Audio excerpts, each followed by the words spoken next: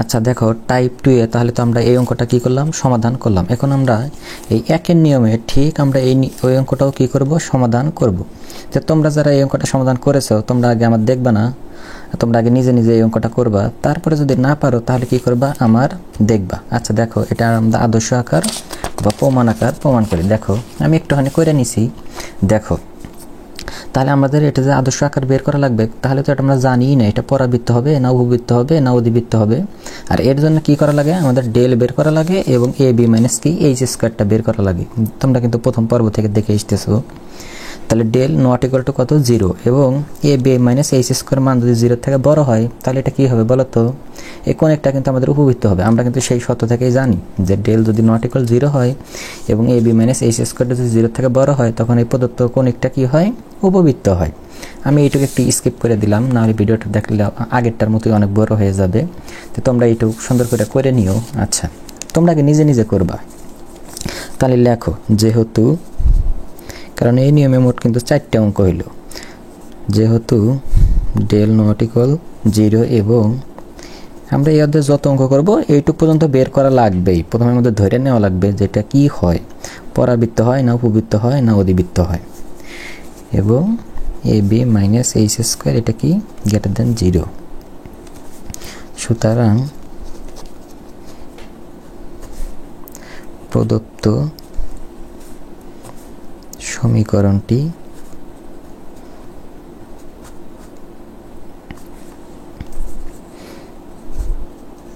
একটি উপবৃত্ত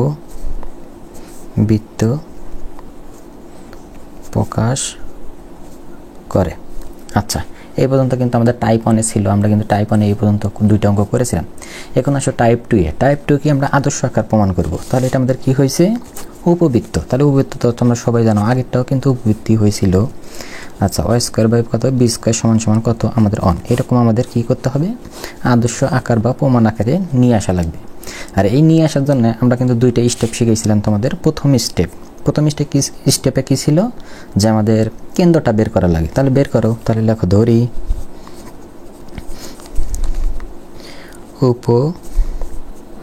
উপবৃত্তের কেন্দ্র আলফার কত, বিটা। তাহলে সূত্র লেখো সরাসরি, আলফা সমান আমরা কি জানি, A B minus H square, H F minus B G. তাহলে দেখো এখানে আমাদের দেখাই যাচ্ছে A B minus H square এর মানটা কত বলো তো, 36। তাহলে 36 লিখলাম। এইচ এফ এটাও -2, এটাও কত মাইনাস কত 7। আচ্ছা তোমরা তাহলে একবারে পারো একবারে দিও, -2 আর একটা হচ্ছে কত -7, আমার নিজেরই মাইনাস বিজি। তাহলে বির মান হলো 5 এবং জির মান হচ্ছে তোমার মাইনাস কত 8। তাহলে আমাদের তো আবার কাগজ লাগতেছে, কাগজ নিয়ে আসি। তাহলে দেখো আমরা কি করতে পারি। আচ্ছা আমি একটু এখান থেকে লিখি। তাহলে দেখো তাহলে নিচে কত আমাদের 36, তাহলে মাইনাস মাইনাসে প্লাস, 7 দুগুণে 14, 50টা কত হয় 40, মাইনাস মাইনাসে কিন্তু প্লাস। আচ্ছা তাহলে 4 আর 1 5, নিচে 36। আচ্ছা তারপরে আমরা দেখো কি করি। তাহলে আমাদের কত হলো 54 বাই কত 36। এখন এটা কিন্তু কাটা যায়, যেহেতু দুইটাই জোড় সংখ্যা, 2 দিয়ে 2 দিয়ে কাটবা। এভাবে কাটতে কাটতে ধরো তোমার এখানে হবে 3, এখানে হবে কত 2। আমরা যদি 18 দেখো ঠিক 18, 3, 18, 54, 18 দুগুণে কত হয় 36।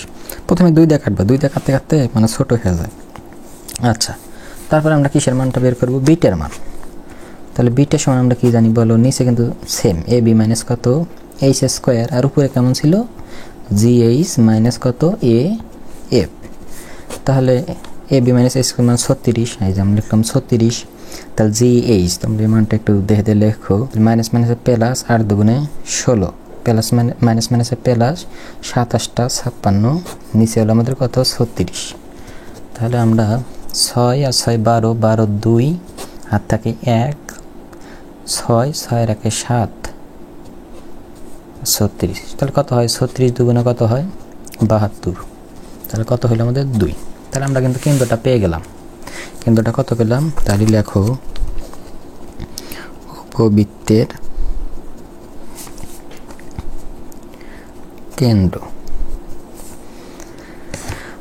3/2 কত 2। তাহলে আমরা প্রমাণ আকার মানে আদর্শ আকার বা প্রমাণ আকারে যেতে আমাদের কেন্দ্রটা লাগতো, আমরা কেন্দ্রটা কি করলাম বের করলাম। তারপরে আমরা জানি যে আমাদের এটা তো সাধারণ দ্বিঘাত সমীকরণ, এই যে এরকম থাকে, তাহলে একটা সাধারণ দ্বিঘাত সমীকরণ এরকম থাকে। তাহলে সবার প্রথমে আমি তোমাদের কি শিখেছিলাম যে আমাদের এই দুইটা পদ কি করা লাগবে, অপসারণ করা লাগবে। এই দুইটা পদের নাম কি, একঘাত। তাহলে একঘাত পদ কিভাবে অপসারণ হয়, একঘাত পদ অপসারণ হয় যখন আমরা মূলবিন্দুকে পরিবর্তন করব এখানে এবং এখানে স্থানান্তর করব, তখন আমাদের কি হয় এই একঘাত এটা এই পদটা এবং এই পদটা কি হয় থাকে না। তোমাদের কিন্তু প্রথম ভিডিও পড়বে এবং এই নিয়মে কিন্তু আরেকটা অঙ্ক সমাধান করেছি, সেখানেও কিন্তু বলেছি। তাহলে কি ভাষাটা কিভাবে লিখবা, তোমরা তোমাদের মতো করে লিখবা, যেহেতু আমি আগের পর্বে যেভাবে লিখছি এখনো সেইভাবেই লিখবো।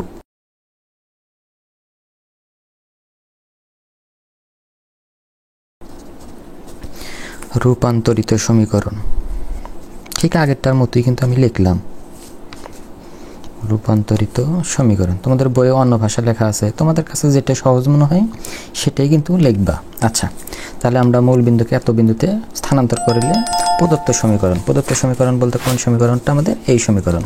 তাহলে একঘাত পদ কোনটা কোনটা, এটা এবং এটা কিন্তু আমাদের থাকবে না। তাহলে দেখো আমি কিভাবে লিখি, দেখো তাহলে অর্থাৎ 8x² - 4xy তোমার প্লাস 5y², আর এখানে কত আসবে আমাদের c1। তোমরা জানো একঘাত পদ অপসারণ করলে আমাদের একটা নতুন ধ্রুবক আসে, যা সেটাকে কি দিতে হয়, c1 দিতে হয়। আচ্ছা, এখন কিন্তু এই যে আমাদের কিন্তু এই যে c1 এর কি করতে হবে, মান বের করা লাগবে। তাহলে আমরা তো একঘাত পদ অপসারণ করে দিলাম, এখন এই c1 এর মান কিন্তু কিভাবে বের করে, এটার জন্য কিন্তু একটা সরাসরি সূত্র, যে c1 সমান -α g βf প্লাস মানে βf ছিল প্লাস βf প্লাস কত c, এরকম কিন্তু ছিল। এখানে মাইনাস যদি আমরা c1টা যদি সমানের ওই পাশে লিখি তাহলে মাইনাস দিতে হয়, আর c1টা যদি আমরা সমানে মানে সমীকরণ এখানে লিখি তাহলে কিন্তু এই মাইনাসটা দেওয়া লাগে না। আচ্ছা, তাহলে আবার কষ্ট করে তোমরা একটু দেখে দেখে মান বসাও। আলফার মান কত, 3/2। আচ্ছা, জির মান কত,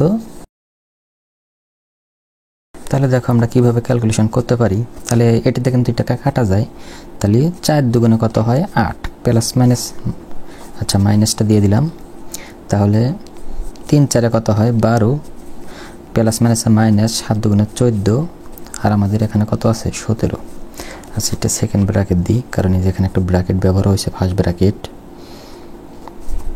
এখানে ফার্স্ট ব্র্যাকেটই দাও। আচ্ছা, তাহলে মাইনাস, তাহলে হিসাব করো, তাহলে বিয়োগ কয়টা হয়, 4টা 2টা 6টা 1 আর 1 2, তাহলে আমার আছে কত 17। তাহলে কিন্তু বিয়োগ মানই থাকবে, তাহলে বিয়োগ করে কত হয় -9। তাহলে মাইনাস দিয়ে যদি চিহ্ন চেঞ্জ করি তাহলে মাইনাস মাইনাসে কত হয় প্লাস, এখানে কত দেব 9।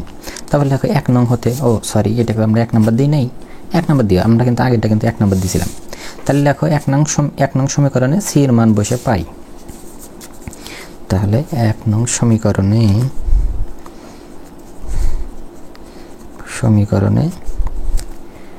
c1 এর মান বসে পায়। ভাষা তোমাদের মতো করে লিখবে, অঙ্কটাও তোমাদের মতো করেই করবা, শুধু আমার থেকে ধারণা নাও।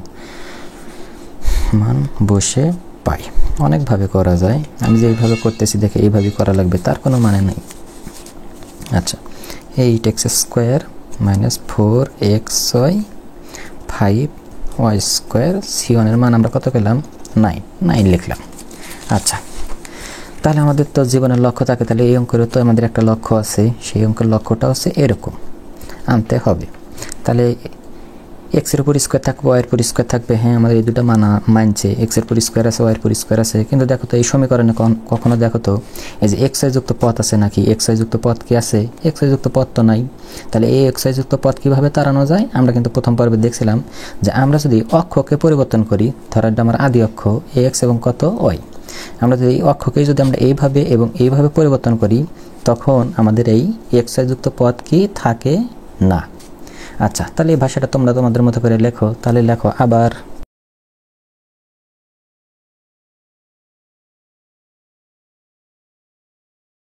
যখন আমরা xy পদ অপসারণ করব তখন আমাদের রূপান্তরিত সমীকরণ আসবে। তাহলে আমরা লিখি, তাহলে ধরি রূপান্তরিত সমীকরণ। তাহলে এর রূপান্তরিত সমীকরণ তখনটা কেমন হবে? এই এক্স পদ যখন চলে যাবে তখন হবে হলো এরকম, এই যে এক্স স্কোয়ার আর সামনে একটা আসবে a1, এটা দিতে হবে, এটা নিয়ম। আচ্ছা, প্লাস ওয়াই স্কোয়ার সাথে আসবে কত? b1, এবং এই সাইডে কত ছিল? 9। এটাকে আমরা কয় নাম্বার দিব? আগের মতো 2 নাম্বার দিব। দেওয়ার পর এখন আমরা কি করব বলতো? এই a1 এবং b1 এর একটা কি করব? মান বের করব। তো a1 এবং b1 এর মান বের করার জন্য যে আমাদের সূত্র ছিল প্রথম চ্যাপ্টারে, a1 প্লাস b1 সমান কত? a প্লাস কত? b, এবং আরেকটা সূত্র কেমন ছিল? a1 b1 সমান ab মাইনাস কত? h স্কোয়ার, এরকম কিন্তু ছিল। তাহলে আমরা লিখি, দেখো তো, a1 যোগ কত? b1 সমান সমান কত? a প্লাস কত? b। তাহলে দেখ আমি এখানে লিখি a এবং b এর মান। তাহলে a b এর মান আমরা কোথায় রাখলাম? এই যে 8 আর কত? 5। 8 5 কত হয় বলো তো? 13। তাহলে 8 যোগ 5, 8 5 কত? 13। এটাকে আমরা কয় নাম্বার দিব? যেহেতু এটা আমরা 2 ব্যবহার করেছি, এটাকে আমরা কয় নাম্বার দিলাম? 3 নাম্বার দিলাম। তারপর আমরা এটা লিখব, a1 b1 সমান আমরা কেমন জানি? ab মাইনাস কত? h square. দেখো তো, কষ্ট করে কি এই মানটা আমি কি আবার বের করব? না, এই মানটা যে আমরা কতবার বের করেছি হিসাব ছাড়া। এই যে দেখো, ab মাইনাস h স্কোয়ার সর্বপ্রথম কত বের করেছিলাম বলো তো? 36। তাছাড়া কিন্তু যে কেন্দ্র জায়গায় কিন্তু ab মাইনাস কত? h স্কোয়ারের মানটা কিন্তু আমরা ব্যবহার করেছিলাম 36। আরে সরি, এটাকে আবার সমীকরণ দিকে দেখো, এই যে আমাদের এই যে a1 এবং b1 এর মানটা লাগবে। তো তাহলে আমরা এই দুইটা দিয়ে কোনোভাবেই আমরা a1 এবং b1 এর মানটা বের করতে পারি না, যার কারণে জোর করে আমাদের আরেকটা সূত্র লেখা লাগবে। কেমন সূত্র? ছোটবেলার সূত্র, এরকম a1 মাইনাস কত? b1 তারপর কত? আমাদের স্কোয়ার সমান সমান কেমন লেখা যায়? এই যে এখানে a1 plus b1 minus 4a1 কত? b1। এটা হলো আমাদের সেই ছোটবেলার সূত্রটা। দেখো, এটা একটু কষ্ট করে সাথে টাইনা নিয়ে যাওয়া লাগবে। আচ্ছা, তাহলে a1 প্লাস b1, সর্বপ্রথম a1 প্লাস b1 এর মান কত? 13। তাহলে আমি যে লিখলাম 13, তারপর কত? Square 4 a1 into b1, a1 into b1 এর মান কত? 36 লিখলাম। তাহলে দেখো a1, তোমরা যদি আরও শর্টকাটে পারো আরও শর্টকাটে দিবে, ঠিক আছে? তাহলে 13 পর স্কোয়ার মানে 13 যদি আমরা 2 বার গুণ দিই তাহলে 169। তাহলে 4 গুণন 36, 4 6 24, 4 হাত থাকে 2, 3 4 12, 13 14। আচ্ছা, তাহলে a1 মাইনাস b1 তারপর স্কোয়ার, তাহলে এটা বাদ দিয়ে কত হয়? সব হচ্ছে 25 হবে। আচ্ছা, তারপর একটু শিওর হয়ে নিই, 25। তাহলে তো আমাদের লাগবে, আচ্ছা বাই দিই আমরা, a1 মাইনাস b1 স্কোয়ার যদি সমানের ওই পাশে যায় তাহলে কি হবে বলো তো? রুট হবে, রুট কত? 25, অর্থাৎ a1 মাইনাস কত? b1 সমান রুট 25 মানে কত? আমাদের 5। আর এটাকে দিব আমরা কত? 4। এখন আমরা কি করব? এই 3 আর 4 যোগ করব। 3 আর 4 যোগ করলে আমাদের এই যে a1 এবং কত? b1 এর মানটা কি করা যাবে? পাওয়া যাবে। সহজ না? দেখো, আমি নিচে লিখবো না, সাইডে লিখবো। আচ্ছা, এখানে লিখলে মানে ভালো হবে, তাহলে তোমরা ভালো বুঝবা। তাহলে 3 যোগ 4। আচ্ছা, তাহলে 3 কেমন ছিল চেহারা? এই যে এরকম কিন্তু ছিল। তাহলে a1 যোগ b1 সমান সমান কত আছে? 13। আর আমরা 4 কেমন পেলাম? a1 মাইনাস b1 সমান সমান কত? 5। তাহলে যোগ করতেছি, তাহলে প্লাস এবং মাইনাস কাটা যায়, তাহলে 2a1 5 আর 13 কত হয়? 18, অর্থাৎ a1। তাহলে 2 হলো গুণন আকারে, এই পাশে গেলে ভাগ হবে, তাহলে 18 যদি 2 দিয়ে ভাগ দিই তাহলে কত হয়? 9। তাহলে a1 এর মান তো পেয়ে গেলাম। এখন b1 এর মান কিভাবে বের করবা? এই 9 হয় 3-এ বসাবা, নয় 4-এ বসাবা, তাহলে কি পাওয়া যাবে। আচ্ছা, তাহলে অথবা তুমি যে আমরা যে একবার কি করলাম? যোগ করলাম, আর একবার তুমি বিয়োগ করতে পারো। তাহলে দেখো আমরা আরেকবার বিয়োগ করি, যেহেতু আগের অঙ্কটা আমি এভাবেই শিখেছি। তাহলে 3 হলো আমাদের a1 যোগ b1 সমান সমান কত ছিল আমাদের? 13। আর a1 মাইনাস b1 এটার মান আমরা কত পেলাম? 5। এখন আমরা কি করতেছি? বিয়োগের চিহ্ন পরিবর্তন হয়, তোমরা জানো। তাহলে এটা এবং এটা কাটা দাও, তাহলে 2b1 সমান সমান এটা কত হবে? 8, অতএব 2 হলো গুণন আকারে এই পাশে গেলে ভাগ হবে, তাহলে 2 যদি আমরা 8 যদি আমরা 2 দিয়ে ভাগ দিই তাহলে কত হবে 4। এখন এই a1 এবং b1 এর মান আমরা কি করব, সুন্দর করে এই সমীকরণে বসাবো, তাহলে আমাদের কি হয়ে যাবে বলো তো, অ্যানসারটা হয়ে যাবে। তাহলে দেখো আমরা বসাই, মান বসে পাই। তাহলে 2 নং সমীকরণের চেহারাটা যেমন ছিল আমি আরেকবার তুলে নিই তোমাদের বুঝে নেওয়ার জন্য। তাহলে b1 y স্কয়ার সমান কত 9, তাহলে এরকম ছিল। তাহলে আমরা তো তখন কষ্ট করে মান বের করলাম, a1 এর মান কত 9 x স্কয়ার, b1 এর মান কত 4 y স্কয়ার সমান কত 9। তাহলে এই সমীকরণটা আমাদের কি ছিল, উপবৃত্ত ছিল। তাহলে উপবৃত্তের হলো এরকম চেহারা থাকে, তাহলে আমাদের এরকম চেহারা আনতে হবে, b স্কয়ার সমান কত 1। আচ্ছা, সবসময় ওই সাইড থেকে প্রমাণ করার চেষ্টা করবে। দেখো তো শেষে কত আছে 1, তাহলে 1 আলা লাগবে, তাহলে আমাদের কত আছে 9।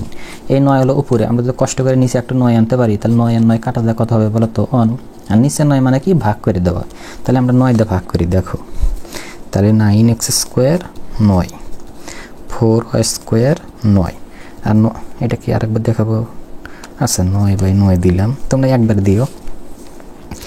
আচ্ছা, তাহলে 9 দেওয়া 9 আর 9 কেটে গেল, তাহলে উপরে কত থাকে x স্কয়ার থাকে।